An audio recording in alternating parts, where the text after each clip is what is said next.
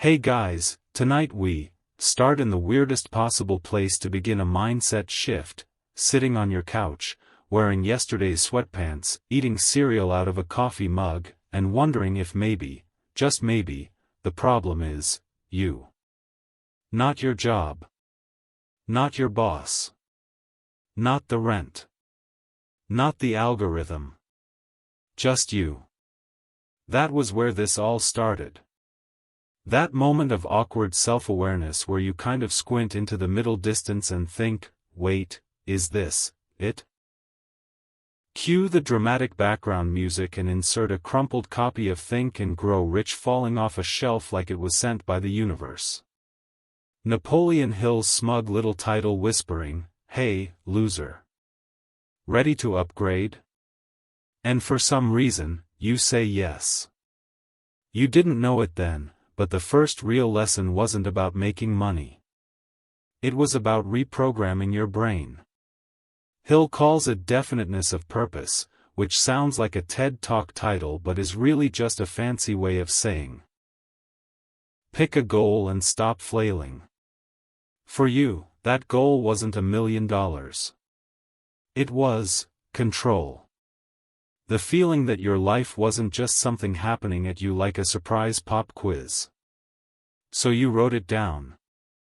I want to stop surviving and start deciding. It felt cheesy. You immediately judged yourself for writing it in all caps. But still, you put it on a sticky note. Slapped it on the fridge. And just like that, your 30-day mindset makeover began. Hill's idea is deceptively simple. Thoughts become things. And that's where it gets weird. Because suddenly, you notice how many of your daily thoughts are basically, "I suck," in different fonts. You spill coffee and your brain goes, classic you. You see someone on LinkedIn announcing their third company and you whisper, must be nice, like some bitter ghost of your own potential. But instead of spiraling like usual, you pause. You channel your inner philosopher, say, a little Marcus Aurelius energy. And observe the thought like a cloud drifting by. Ah, yes. The old "I'm behind" narrative. Charming. It's not easy. But it's the first mental bicep curl of this whole challenge. Now, let's bring in some history for a second. During the Great Depression, the one that made your bank account look flush by comparison, Napoleon Hill was out there telling people, think and grow rich. That's bold. That's like standing in the middle of a fire yelling, just imagine it's cooler. But that's the brilliance of it. Hill didn't say hustle harder. He said think differently. When the world's collapsing, mindset is your currency. FDR was saying, the only thing we have to fear is fear itself. Meanwhile, Hill was basically going, yeah, fear is cute. Now picture your future in extreme detail and act like it already happened. That's the secret. Visualization. Affirmation. Obsession. So you try it. Every morning, you repeat your new goal out loud. Not in a whisper. Not ironically. Like a weirdo. Full voice. I am deciding my life. I am building something great. You feel ridiculous. Your cat judges you. But after a week, something strange happens. The words stop feeling like lies. They start to feel like blueprints. Somewhere around day 8, you hit the wall. You're still broke. Your motivation deflates like a party balloon found behind the couch. And in a moment of pure resistance, you try to rebel by eating a shame croissant and watching 6 episodes of a show you don't even like. And you know what? That night, you remember a quote from Hill, every adversity, every failure, every heartache carries with it the seed of an equal or greater benefit. So you laugh. Because your heartache is dumb and made of croissant flakes. But you get it now. The mindset shift isn't always some earth-shattering epiphany. Sometimes it's just recognizing when you're running the same old script, and choosing not to. The real philosophical term here is cognitive dissonance. That uncomfortable buzz when your actions don't match your beliefs. Before, you just powered through that feeling with distraction. But now, you lean into it. You see the dissonance as data. If you say you want growth but keep choosing comfort, that tension is the clue. It's not guilt, it's GPS. So you start catching yourself. Not judging. Just redirecting. Oops. That was an old program. Let's run a better one. And just like that, day 10 hits different. You're still broke. But now, you're broke on purpose. You're building something, even if it's invisible. And the best part? You're not alone. Because for the first time in forever, you realize every other person who's ever changed their life has started from the same exact place, frustrated, awkward, and just aware enough to want more. You're standing at the same starting line Hill did, just with better Wi-Fi. And that thought? That's the one that changes everything. Hey guys, tonight we get into the part where your hustle brain starts short-circuiting.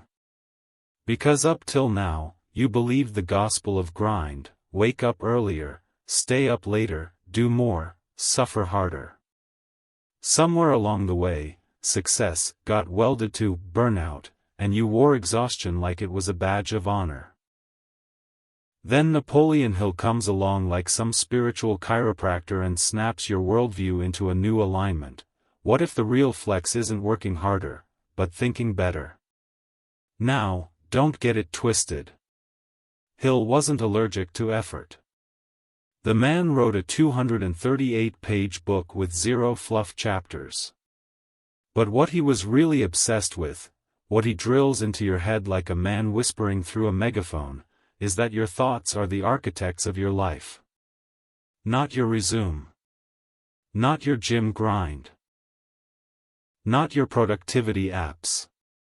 Just your thoughts.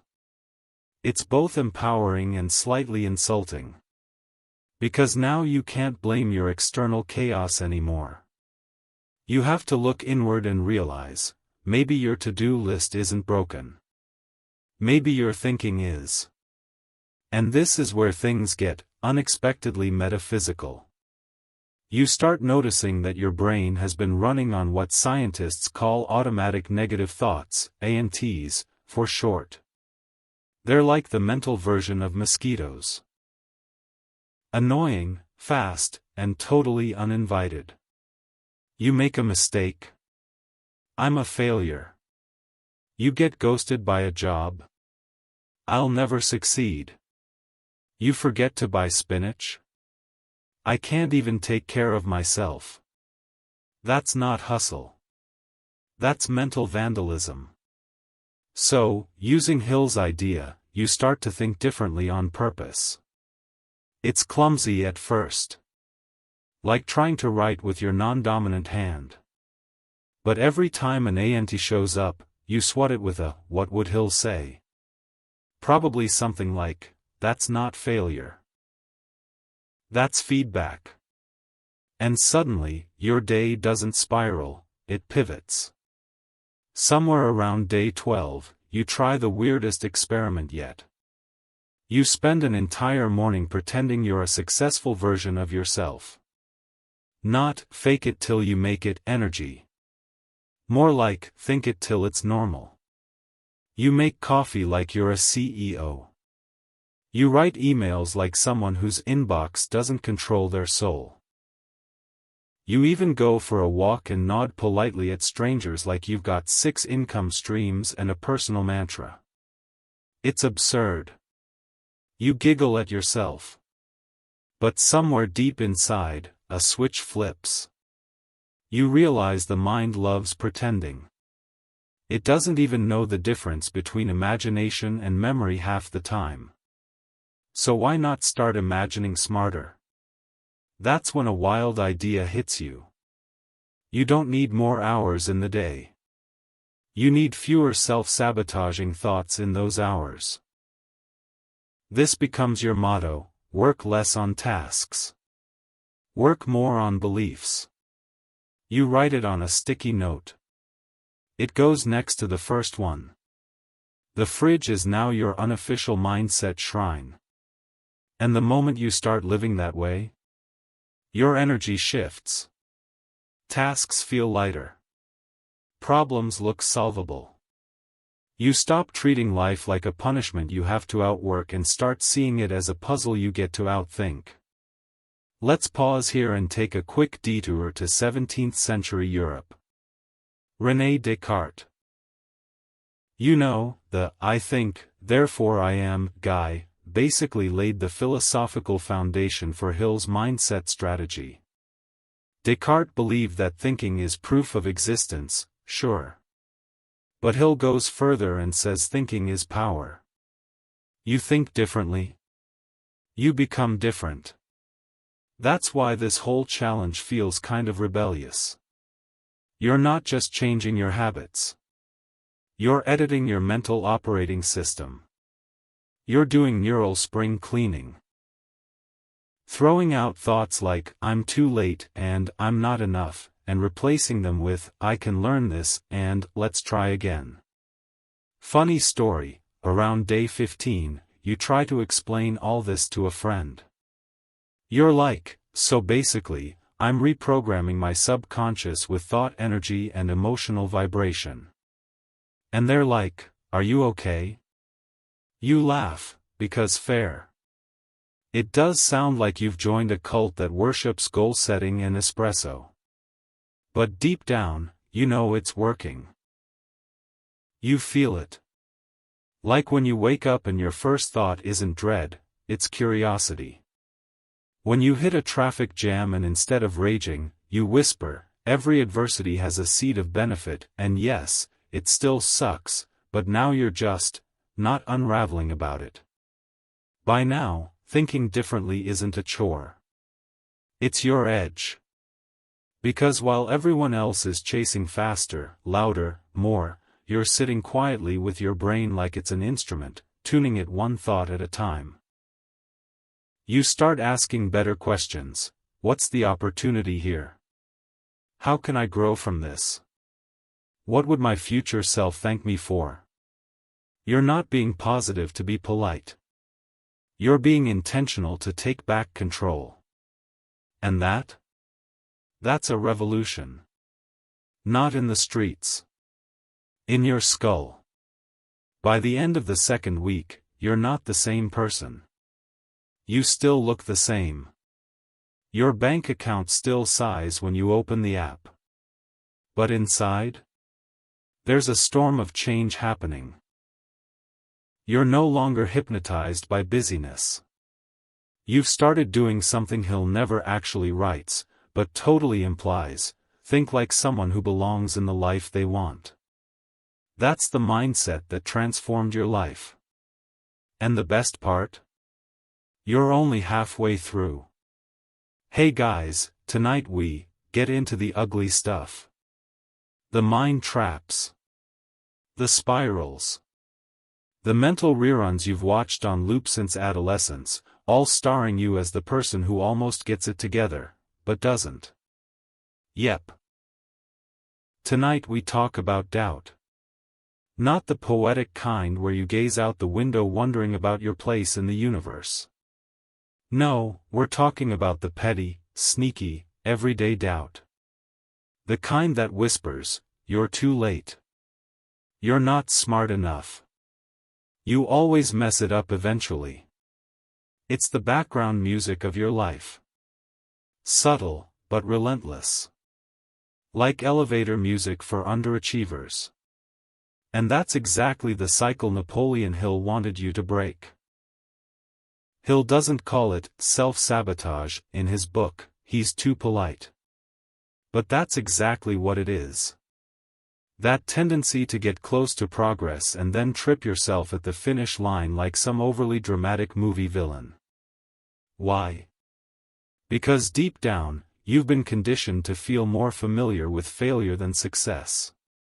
Hill knew this. He talked about fear like it was a disease. He even listed the top 6 fears: poverty, criticism, ill health, loss of love, old age, and death.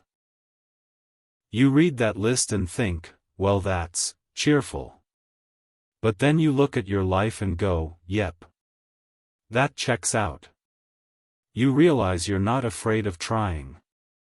You're afraid of being seen trying, and failing. So you don't even start. And that is the prison Hill wants you to escape. It hits you one morning, probably day 17, when you stare at your to-do list and feel that old sinking feeling. Instead of doing the thing, you make toast. You clean the kitchen. You Google how to focus like it's a spell. But this time, you catch yourself. And here's the game changer: instead of powering through or guilt-tripping yourself, you just sit with it. You name the feeling. You say, oh, hey doubt. You're here again. Cute.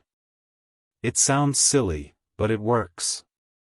Because once you call it out, it stops being this foggy paralysis and starts being just a feeling. A signal, not a sentence. And that's the philosophical kicker. Hill believed that awareness precedes transformation. The more aware you are of your thought patterns, the less you're ruled by them. This brings us to one of Hill's big concepts, autosuggestion.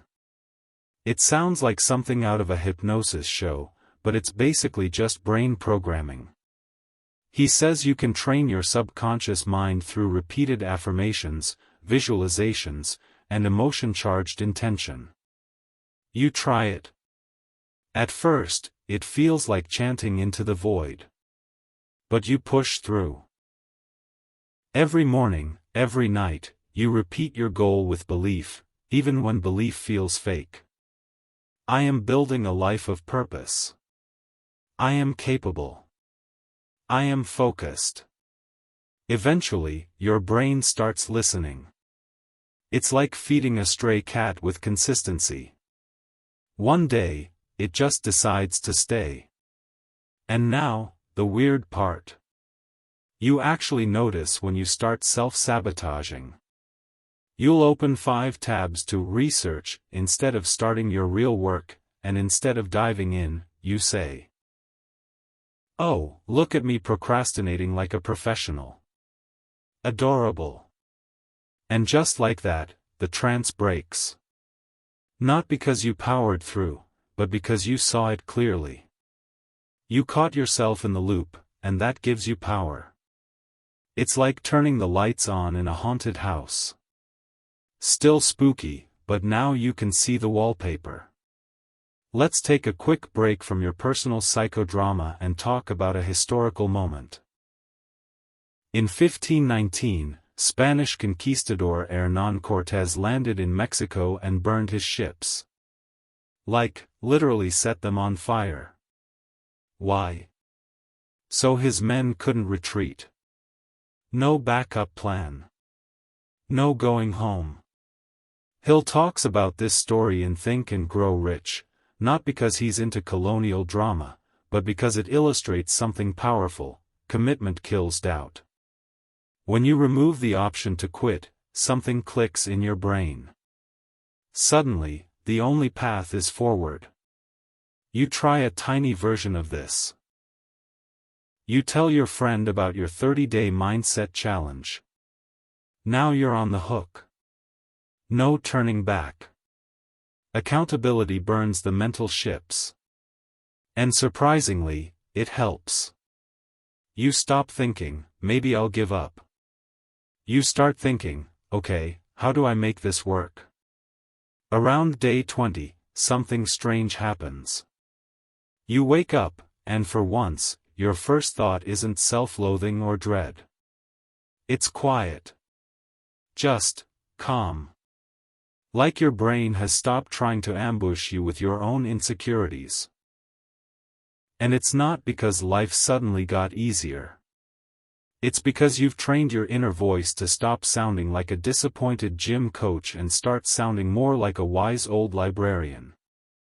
Still stern, but kind. You've replaced that self-doubt narrator with someone a little more patient. A little more curious. And now, when you mess up, and you still do, it's not a spiral. It's a sentence. A moment. Something you learn from and move on. This is where the real transformation happens. Not in massive wins. But in the silence between doubts. The space where you no longer feel the need to sabotage. You trust yourself more. Not blindly. But enough to take the next step, even when it's boring, small, or terrifying.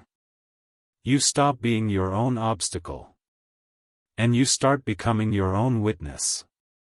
Someone who watches the old patterns, and chooses something better. You're not done yet. But the cycle is already broken. And for the first time in a long time, you're not running from fear. You're walking towards something that looks a lot like freedom.